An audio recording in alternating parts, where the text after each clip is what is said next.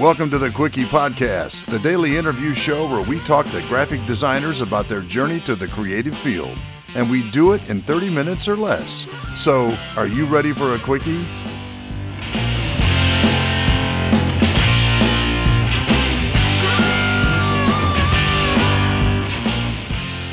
Jordan, how are you, sir? I'm doing pretty good. Yeah. Awesome. I thought you were going to say swell there for a second. Swell's a good word. Yes. Well, I'm doing swell. Doing dandy. Awesome. I'm doing awesome. I'm super excited to have you on the show today. Yeah, we made it work. Yeah, this is going to be fun. Finally, things aligned. Yeah, that's right. So I don't mess around. Let's get right to it. Briefly tell the listeners about yourself. Great. Okay. My name's Jordan Wilson. I run a little creative studio here in Portland, Oregon under my name, Jordan Wilson Designs. We specialize in brand strategy, development, packaging. I do some photography. I'm 5'11", and I tell everyone I'm 6 feet. And yes. I like to sleep with a fan all year round. I like karaoke. My favorite song is Rich Girl by Hall & Oates. And oh, so good. It's so good, man. It's so good. It's just tested true. It'll always work. It always works. Just got that right vibe. You can service the younger audiences. That's right. Get the older audiences in there. And yeah, I think that's really the core of who I am. That's perfect. Yeah. I got my quote already, man. I'm 5'11". Yeah. That's it. Show's over. Thanks, guys. All right. It was great being here. Thank you so much. That's great, man. Jordan, so how long have you been doing Jordan Wilson Designs for? So I've tickled the freelance game for years. I've gone full in relatively recently, meaning like no safety rope of like that sort of half day job. Mm-hmm. But I've been doing project work with clients for 8 years or so. Mm-hmm. Yeah. Perfect. So I'm going to take you back even further than that because I want to ask you about your childhood and what that was like. And do you feel you had a creative childhood that kind of led you in this career path? Yeah, my childhood was solid. Like I was fortunate enough to have like 2 really supportive parents and a really good group of friends that were pretty creative. I think I've always kind of had that creative drive somewhere, like as a kid, I loved to draw, which isn't that uncommon, but I do remember like creating characters and within those characters, like little backstories of like who they are, where they come from, like what kind of outfit they're going to wear. Like, as a kid, like, do they have a weapon? What kind of weapon? Like I create this whole world around that instead of just like the drawings, which is funny. Like, we're sort of reflecting on like, that's what I'm doing now. Right. Like we take a brand and you create like this little backstory on the characters. Mm-hmm. So I've always kind of like been inspired by that. My dad he is a carpenter. So like there's some creative aspect to that. Like he creates stuff. So like working with him in the shop, I've definitely, I think I've had a pretty good creative outlet as a kid that's sort of carried through to, I guess, provided me to where I am now. That's cool. So how did you go from that creative kid to pursuing graphic design as a career? What are some of the highlights of those steps? Yeah, graphic design is relatively, I think, within like the last decade of my life, I've started to, hit it more and more. But like a lot of designers, I came from music. Like I studied music. I was in a band. I moved to Portland in a band to pursue music. And then, within that, I would do like our album covers. I've always worked off like bootlegged Adobe stuff, Yep. And so I do like our album covers, merchandise, and it did well enough where like other people would have me do their stuff. And then I was like, man, I'm making money here. Whereas the band, you don't, it's really hard. Yes. And so I sort of just transitioned like into that a little more into like, I started doing like outside the bands, like maybe the venue would have me do stuff. Like now I'm working with real clients. And so really music took me to where I am into like my first job, which was a brewery, which I still work for, which is they're called Old Town Brewing, but they were like my first ever client, real client that I still work with. That's so cool. They've seen me go from like not knowing what I'm doing to kind of where I am now, like sort of know what I'm doing. That's cool. They've had your back through the whole process. It's been fun, man. Yeah, like with them, like they had a camera, so I learned photography through them, and like I do a lot of video work, which they were like the guinea pigs of all that stuff. Even lightly web design, all those kind of little things. Was like they were sort of the test subjects from like really where I started to where I am, and it's fun that progression has been awesome. That's cool, man. I really like that. So what was the band's name that you moved to Portland with? Okay, yeah, we were called De La War, which is 3 words, and it was like a pop. Like there were 3 singers, and they're all like vocally trained in California. They're great, so it's like really like harmonious, like pop centric stuff. I don't really know how to define it. Like many bands, like don't label us, man. But it was like a vocal pop kind of stuff with like lots of harmony. It was fun. Don't label us. We're just creative, man. Yeah. We play what we feel. Yeah, exactly. That's cool. Okay, so music was the gateway. That's right. Yeah, which is not uncommon. Like most designers I find, it's like that's how they start is, they're all musicians of some sort that kind of entered the same way. Yeah, okay, it's either one of 2 things. One is skate and surf culture. There you go. Or music and punk culture. Those are the 2 things that come up 90% of the time. Yeah. Yeah, it's funny. Or at least, most people, like, I didn't go to school for design. Like, I learned through mistakes and just messing up. But, like, I find that people in my boat who kind of, like, entered in this realm were the same, right? Like, there's agency people that maybe got in that way. Or if not, it's usually through music or some sort of, like, skate punk culture. Huge. Definitely. Yeah. So during that transition, what did you start noticing about design in the world? Was it just I'm designing merch and I'm designing album covers and hey, this is working? Was that what sort of ignited that fire for you? Yeah, I think it was partly that. And then also like seeing those little like, sparks of success of like, maybe the band's done t-shirts, but the one I did is just selling really well. And like, well, I wonder what what part of that, what's working? And that feels good, right? To have any design. I still think my favorite part about being a designer is like putting something out into the real world, like even a beer label on a shelf and like seeing how it does, especially with the rebrand, like seeing how the new brand does. And so that was a massive drive for me, just like those little sparks of success for things I was doing, not really understanding what's working other than like it's a cool design, but trying to figure out like why it's working. And I want to replicate that. I want to do that more. That's and then cool. Make money from it. It's not like design understanding and sort of exercising that. Yeah, because I didn't know. I mean, obviously, graphic design it's not just artwork, right? You're like most of it's like you're, finding a solution or fixing a problem or something, right, through a visual language. And that took me, a couple of years to really understand. Like, I want to know why this is working. I want to know the rules and the laws, which, I think is great for everyone who goes to school. Like, you kind of come out of the gate with that knowledge, whereas I had to like just mess up a bunch to kind of, read enough online or like make those mistakes enough to like figure that out. Which is a great way. I learn that way. I learn way more from failure than success. Success is the drive, but the failure is like the education. Definitely. That's the stuff you need. Yeah. Yeah. So, and I use that way. I mean, when I mess up nowadays, it's like, okay, that's okay. I'm going to learn a lot. Yeah. It's like, all right, good. I'm pushing boundaries. I'm learning. This is good. Yeah. Well, with freelance too, it's like most freelancers, like, can you do my first video gig? It's like, can you do a music video? Like, yeah, I can definitely do that. I've never done it, but like, I'm going to figure it out. Yep. I'm the guy. Yeah. I'm definitely your guy. That's awesome. Is there anything that stands out as maybe the most influential design in that time period or in your life so far? So influential, I mean, it's probably going to be with Old Town just because they've influenced like my abilities and really crafted me. They let me craft myself into like who I am. So I would 100% go with Old Town Brewing as influential. Yeah. Awesome. Yeah. So I want to ask now what designers or brands that you're watching that you, closely follow and what about them do you like? Yeah, man, there's so many. I think, especially nowadays, like it's so easy to just absorb everyone's awesomeness. But I do think like probably one of the first that really dug into like I need to get better was DKNG for a lot of reasons. Like first and foremost, like everything they do is so good. But two, they were kind of pioneering. They were at the early part of just like they showed process at a time where designers weren't always just like open about their process and willing to explain. And, there's value in that. Obviously now you have people who tour the, country with workshops and seminars. You have Skillshare, all these things that like it's a market now.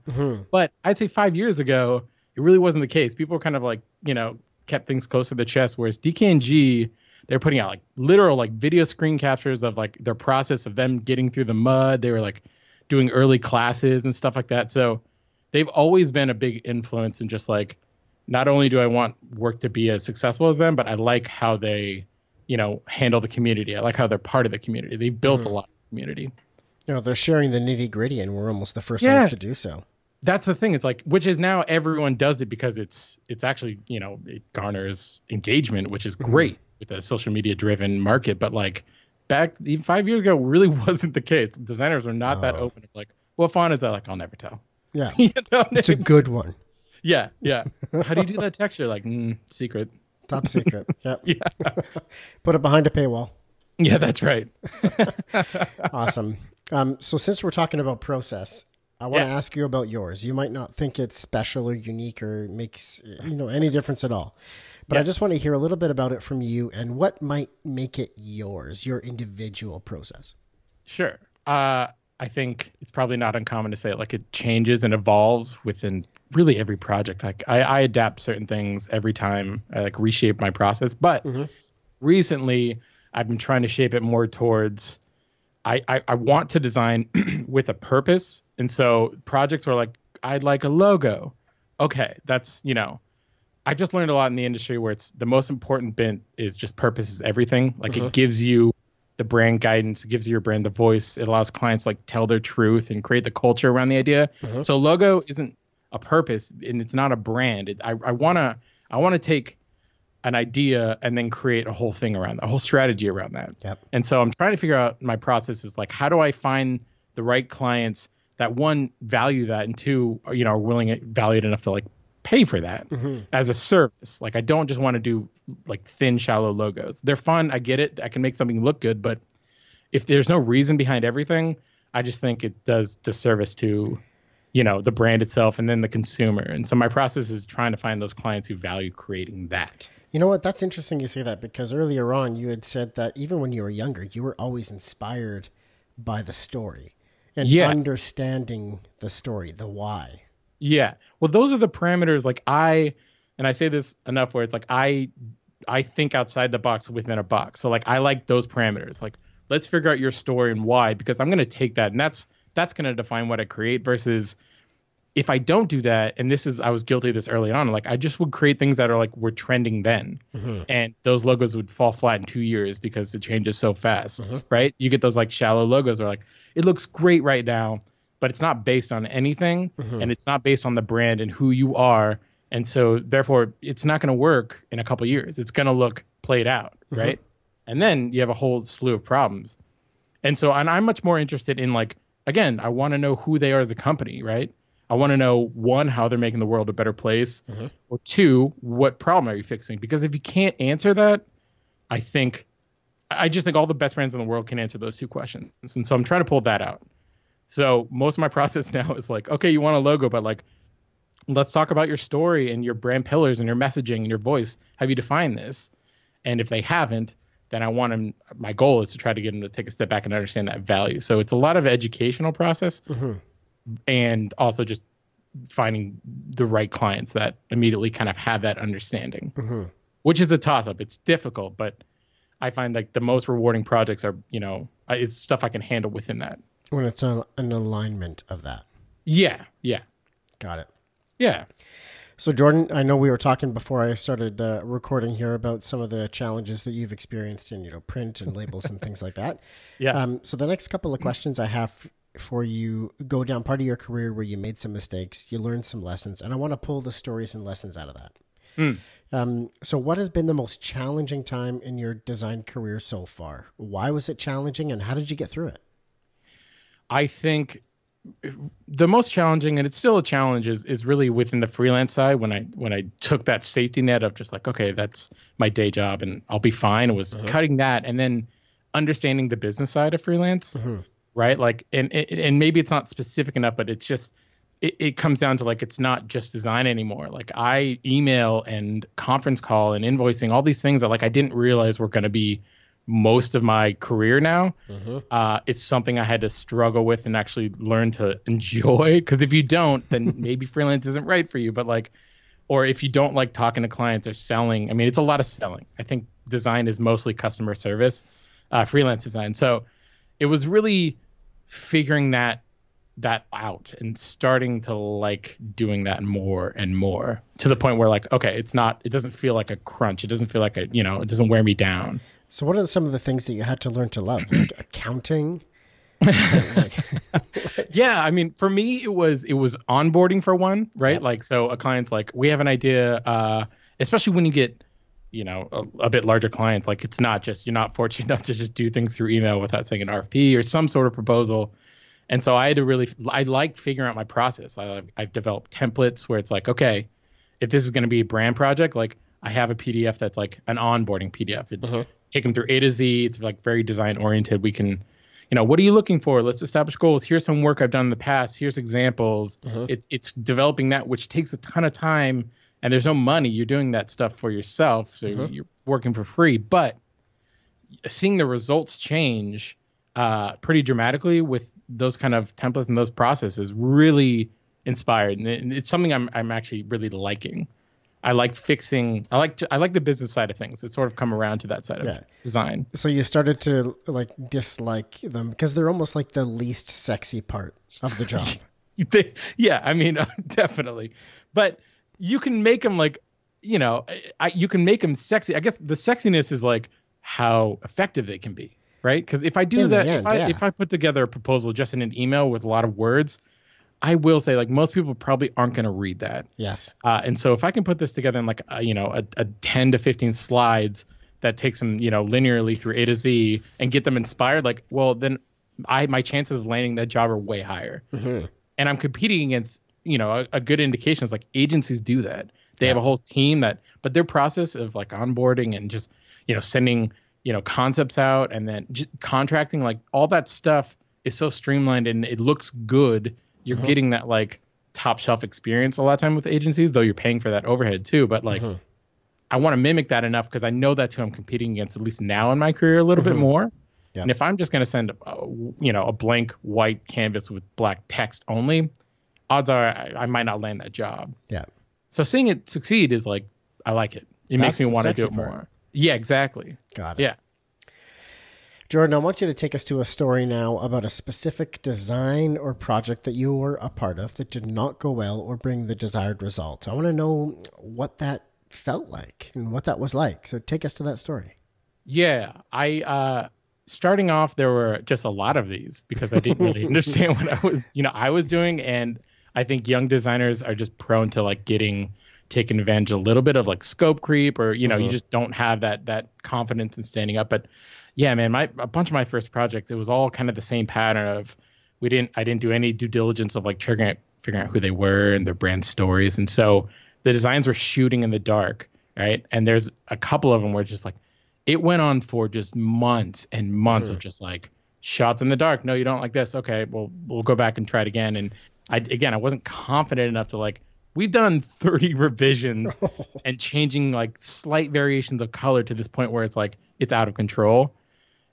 So it definitely, I mean, those were like dark days of my design career, especially starting off, because like, I don't think this is for me.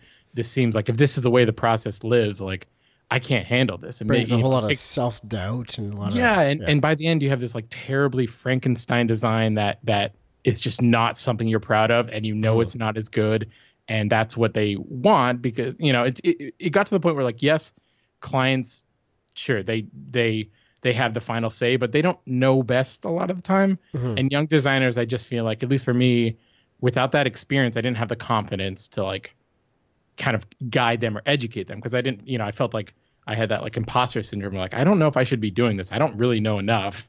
I know the programs and I can draw, but design is so much more than that, especially working with clients. So specifically, like, there were just a number of those where it just went on enough where it just almost took me out of the game. Or things where like I didn't have my contract in place, or like I didn't get paid. And what do? I don't have, as a young designer, like I don't have the money to file a claim and actually get, like that not getting paid is, I've had it happen a couple times, and that is a killer, because there's not much you can do. And short of spending money to make little money. I mean, I was charging $300 for a logo or something back then. So it's like, it's not. You go sit in that waiting room until John comes through and gives you that check. That's right. Yeah. It was just like a lot of those hard lessons as a young designer who didn't go to school for it. And just like, I don't know what I'm doing. Oh, no. But, you learn it a couple times. Like, I got to figure this out because it's either I don't do this or, but having a good community, which has helped me a ton, having like those seasonal designers or like mentors early on has really like helped shape like, okay, this is one, I think a lot of people go through what I'm going through. And then it's really just finding those people to help you like figure out your process. And then really the biggest thing is just doing it a lot. Like, all of my confidence has come through just experience of making a mistake and like I'll never do that again, and I figured it out. Or like my contract, like I didn't have that clause in there, now it's always in there. Yeah. So it's made me a better designer and a better like freelance businessman. Definitely. Yeah. Oh, that's so true. It's man. You got to go through the pain to know it. Yeah, pain is gain. That's true. Jordan, what is something you're struggling with in your design career right now? Yeah. I think the biggest thing is probably like work to life balance. I'm definitely fall into the category of like workaholic. Like one, because I love it, but it's a little bit of an issue in terms of just the hours I work are just kind of crazy. Like it could be a 14-hour day, right? Like that. A lot of designers like, yeah, that's kind of standard. So it's hard for me to turn like that mode off or like put it on standby, especially like I have a partner and she's pretty good about pulling me out of it when I need to be.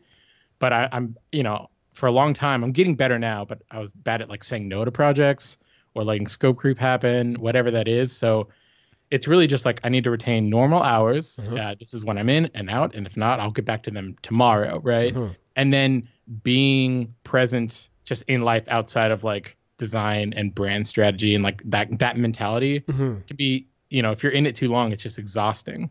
Yeah. To the point where I'm not doing as good of work as I should be. Like even vacationing, I'm like thinking about stuff always. Like, what if we could do that? Like, you know what I mean? Just like dumb. Just can't turn it off. Yeah. Yeah. So I'm trying to get better and I'm struggling, but I'm trying to get better at like just, having two modes, figuring that out. Well, you're aware of it. So that's always where you got to start. First step is, being aware. First step is acknowledging the problem.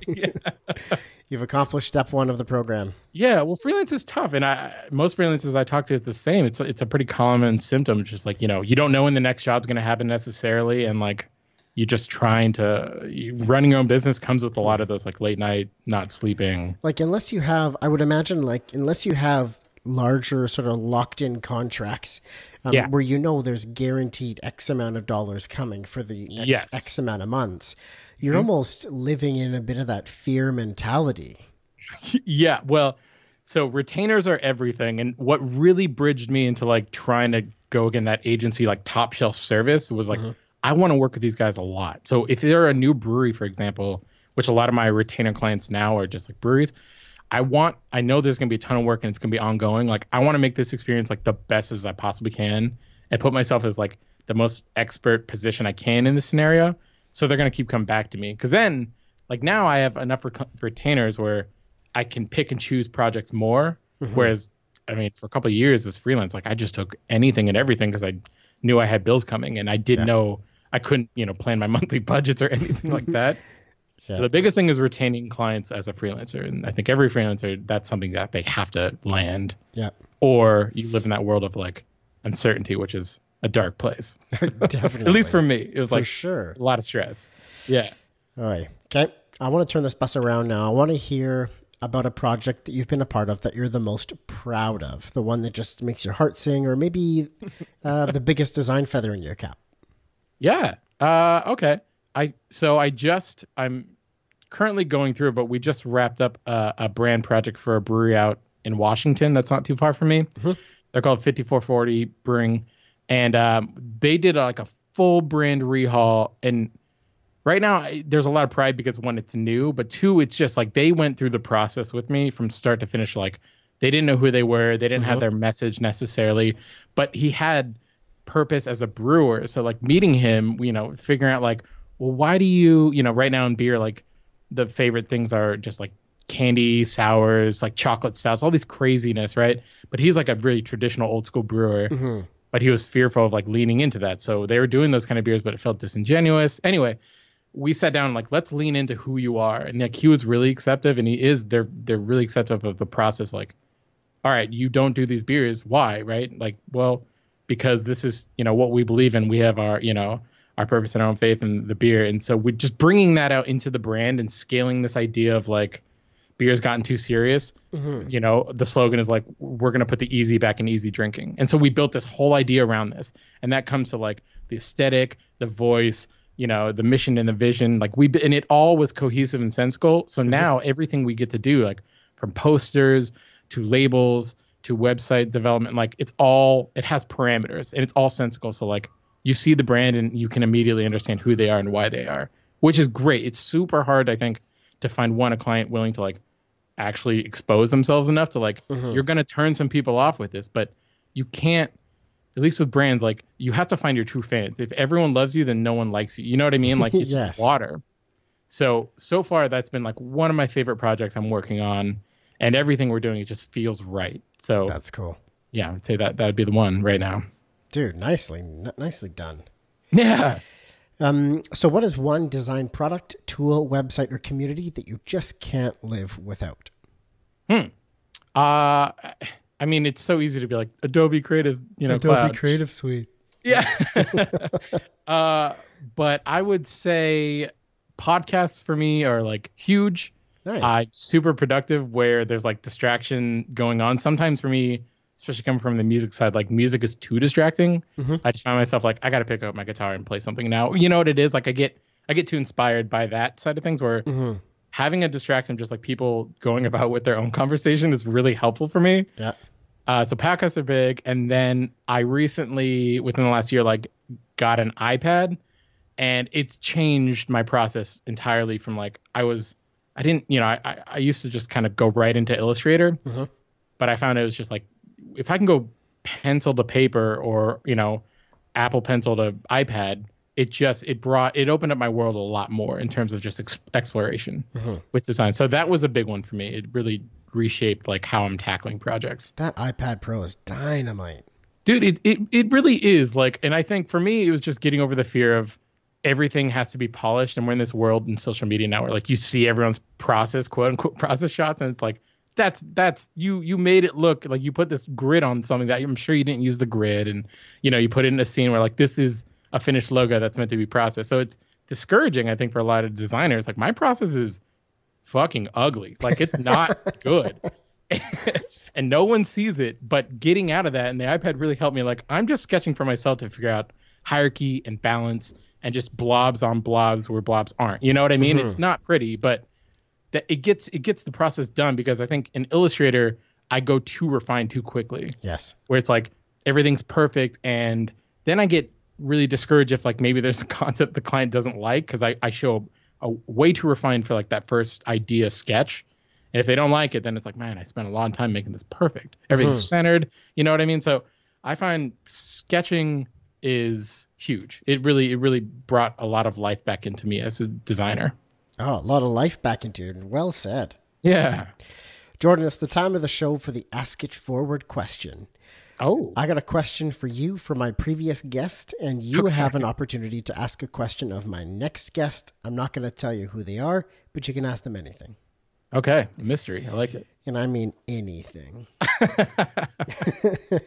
Just please be careful. Yeah. So my last guest was Derek Anton. He is the creative director and designer at Graphos in Edmonton, Alberta.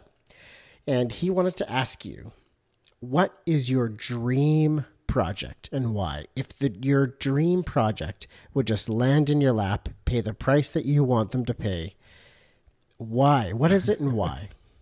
Oh God. I don't know. Like I really want to illustrate like an adventure kids book really bad, just because I love illustration, and not a lot of my projects, like sometimes they're illustrated heavy, but they're not like really that far, it's like very badge designs or like ornamental stuff, but like a proper like page by like illustrative book I'm into. So something you like even niche down a little bit there. You said an adventure kids book. Yeah. I think that's right. Like, because I just went right back to my kid, right? And like my kid self, and just my favorite things were like those adventurous books that had like really interesting illustrations of just, a bit fantasy, a bit like folklore of some sort of like just adventure. I like that avenue a lot. So I would love to do something like that. That's for cool. Sure. Yeah, just like straight illustration. I like that. As soon as you said it, I remembered the books I used to love as a kid were the Choose Your Own Adventure books. Right? Yeah. Did you ever read those? Oh yeah, Yeah, absolutely. get to the end of chapter 1, and do you cross the channel with the crocodiles, or do you walk over there? Go to It'd page be fun 42. to like develop something like that. That would be a dream. Illustrated version of that. That would be awesome. Yeah, it'd be super cool. I'm in, man. All right. That's great. Jordan, what is the question you would like me to ask the next guest? Oh man. Okay.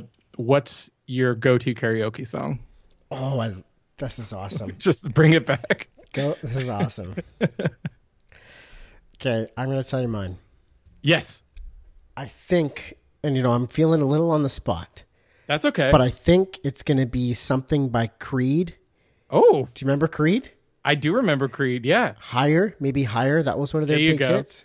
Can you take me higher? Yeah. Totally. Oh, yeah. You can get the people. I'm struggling with the high notes these days, but I'm working on it. I just got to work with my vocal coach and brush up on that. You just need to like mouthful of gravel and you'll be there. Yeah. Or what was the other one that they had? Arms wide open? Yeah, with arms wide open.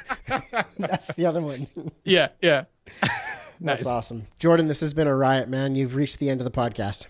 We did it. Yeah. Thank you so much for being on the show today. I really appreciate your time. And I love behind you because you got a guitar. And if I just go a little bit more to the other side. Oh, that's right. There you go, man. Yep. Meant to be. That's great, man. So thank you so much for being on the show. It's awesome having you. Yeah, true pleasure. Thanks, man.